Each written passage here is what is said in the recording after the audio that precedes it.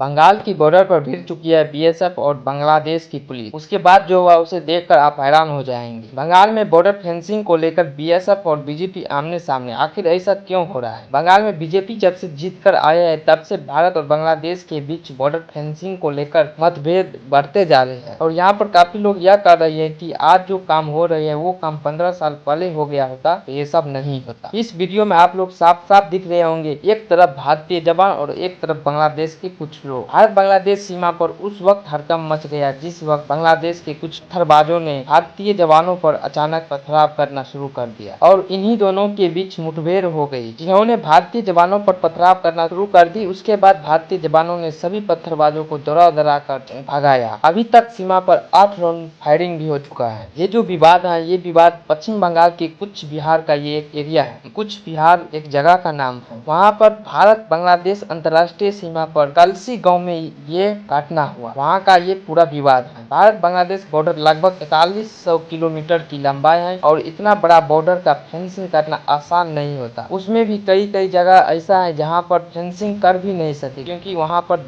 दलदल और पानी है। वहाँ पर फेंसिंग नहीं होता था और इसी का फायदा उठाकर अवैध बांग्लादेशी सब यहाँ बंगाल में प्रवेश करते हैं, लेकिन उसका भी समाधान निकाल लिया है बीएसएफ ने। वहाँ पर जहरीले सांप और मगरमच्छ छोड़े जाएंगे जो सीमा की सुरक्षा करेंगे। कहीं पर ऐसे ही तार बिछाकर छोड़ दिया गया था, लेकिन अब वहाँ पर नुकीले तार और इलेक्ट्रिक तार की व्यवस्था की जा रही है। ये जो भीड़ आप देख रहे हैं ये भीड़ कोई चुनावी रैली या किसी नेता द्वारा बुलाया गया भीड़ नहीं है। यह भीड़ बंगाल में 15 सालों से रह रही अवैध बांग्लादेशी सब का जो अब बंगाल छोड़ के जा रहे हैं। बीजेपी सरकार आने के बाद से जब से बॉर्डर फेंसिंग का काम शुरू हुआ है तब से सब बांग्लादेशी जो बंगाल में 15 सालों से रह रही थी वो अब बंगाल छोड़ के जा रही।